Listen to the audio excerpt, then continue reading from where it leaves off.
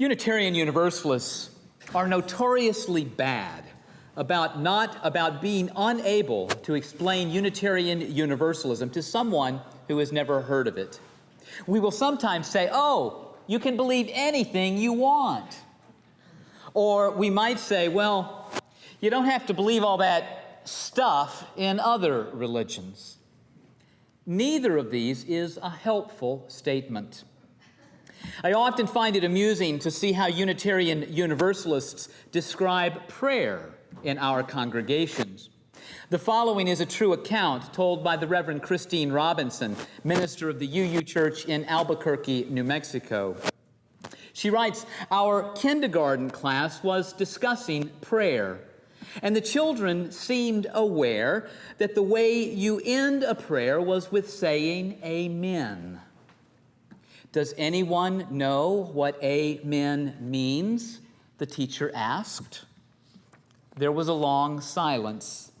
Then one little boy piped up and with appropriate computer-age gestures said, "Well, I think amen means, well, like send."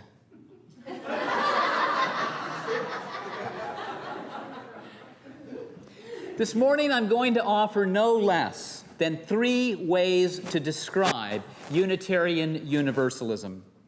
The first 2 are metaphors. The first will be the more elaborate with a number of ancillary insights. The second I discovered while writing this sermon, and I find it very compelling and much shorter. My third description is one that I have used and is most easily understood by hearers, but perhaps the least accurate. Forrest Church was Unitarian Universalism's most prominent public theologian until his death in 2009, serving the Unitarian Church of All Souls in New York City for more than 30 years. He wrote or edited some 24 books and was frequently consulted and interviewed in the national press. In A Chosen Faith, the book I've brought, it's an introductory text on Unitarian Universalism that Forrest Church co-authored with the Reverend John Burens, a former president of the Unitarian Universalist Association. In this book, Forrest Church wrote a chapter titled "The Cathedral of the World," in which he offers a metaphor for Unitarian Universalism. Imagine awakening one morning from a deep and dreamless sleep to find yourself in the nave on the main floor of a vast cathedral. And it doesn't have to be a cathedral, it could be a mosque or a temple, but it is vast. Now imagine this new awakening, and imagine responding to the call stirring deep within you, the call of life itself, and you begin your pilgrimage in this vast cathedral. The cathedral is as ancient as humankind. Search for a lifetime and you shall never know its limits or be able to visit its many intimate spaces. Above all else, contemplate the windows of this cathedral. The windows are beyond number. Some long forgotten, others revered by millions, the most sacred of shrines. The windows represent not just the world's religions, but every ideology, every scientific worldview, every aesthetic school since the beginning of time. Each window is in its own way beautiful. Each window tells a story of the creation of the world. Each window tells the meaning of history, the purpose of life, the nature of humankind, the mystery of death. The windows of the cathedral are where the light shines in. Outside the cathedral is a light. For many, the light represents God. For others, the light represents truth. And for still others, it represents reality, the totality of nature. For all, the light is the ever-elusive transcendence, always beyond our grasp, never fully known. Because the cathedral is so vast, and our life so short, and our vision so dim, over the course of our pilgrimage, we are able to contemplate only a tiny part of the cathedral, explore a few apses, reflect on the play of light and darkness through a few of its myriad windows. Yet by pondering and acting on our ruminations, we discover insights that will invest our days with meaning. Some, sadly, confuse the windows with the light, but the windows are not the light. The whole light, truth, reality, God, call it what you will, is beyond our perceiving. It is veiled. It is changed. The light is changed by our position on the cathedral floor, our life circumstances, and our place in history, if you will. It is changed by our own eyes and our own perceptions and our own proclivities, because we are not perfect receptors of the light. And the light is changed by the windows themselves, the human interpreters of the light. By now, I hope it is clear that no one, not a single person standing on the floor of the cathedral, can see clearly and without some distortion the light outside the cathedral. Sadly, some on the cathedral floor believe that the light shines through their window only, and may even throw rocks through other people's windows. Some make the opposite mistake. Seeing the bewildering variety of windows and observing the folly of the worshipers, they claim there is no light. They fail to grasp that the light is beyond our understanding, and we must try to understand it. Of course, like any metaphor, this one too is imperfect. The light that shines down upon us also shines from within us. You see, we too, together with the windows, the darkness, and the light, we too are part of the cathedral, not apart from it. Together, we comprise an interdependent web of all that exists. This cathedral of the world is a metaphor for Unitarian Universalist worldview. You see, we too stand on the floor of the cathedral, and our worldview, our window on the world, it too suffers from all the distortions I've previously mentioned. But it is our best effort at understanding the vast and complex universe in which we live.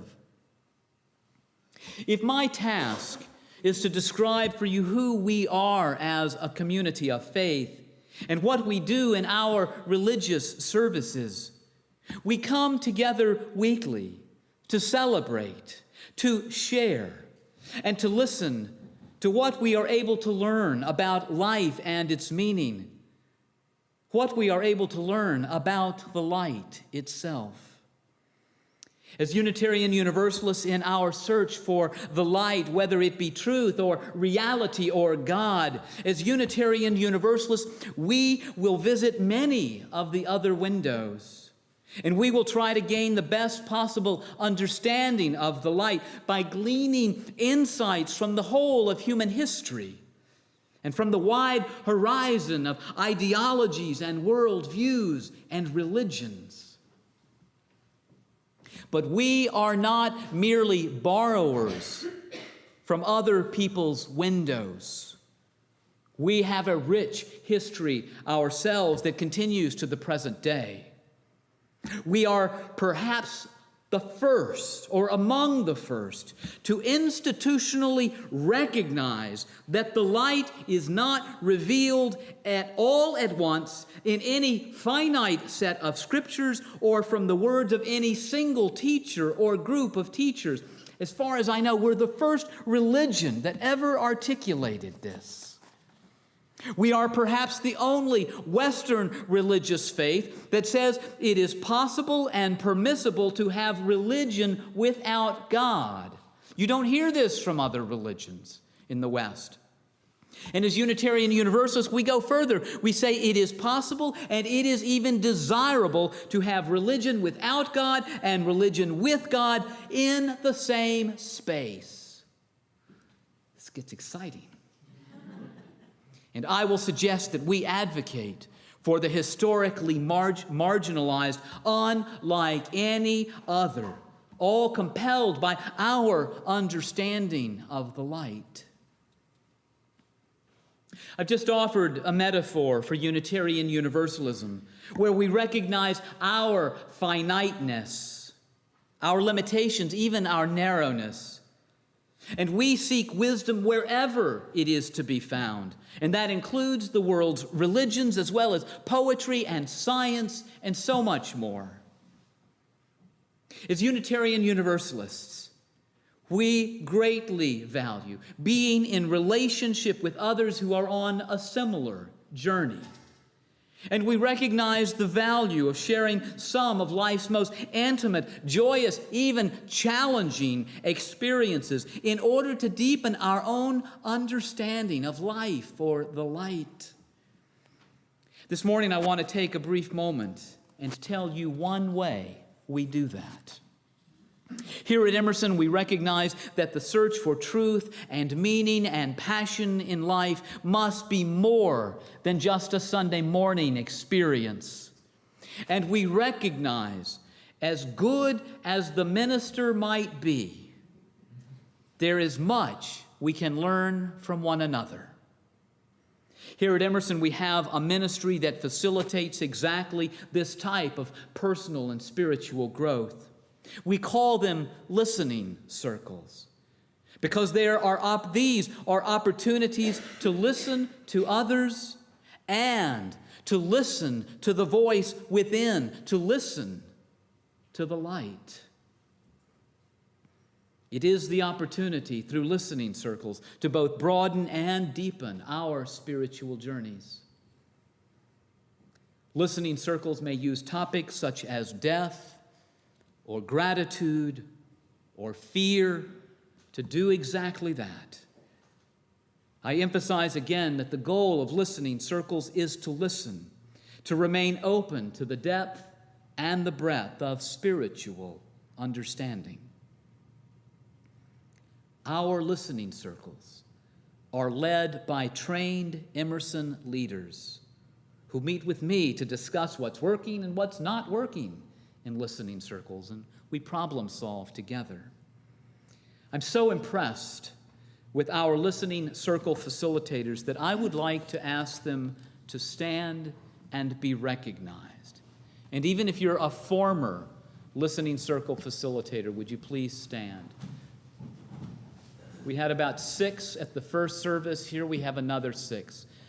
These men, stay standing, these men and women facilitate a group of 6 to 10 members of Emerson on a monthly journey of personal and spiritual exploration. Thank you. You may be seated.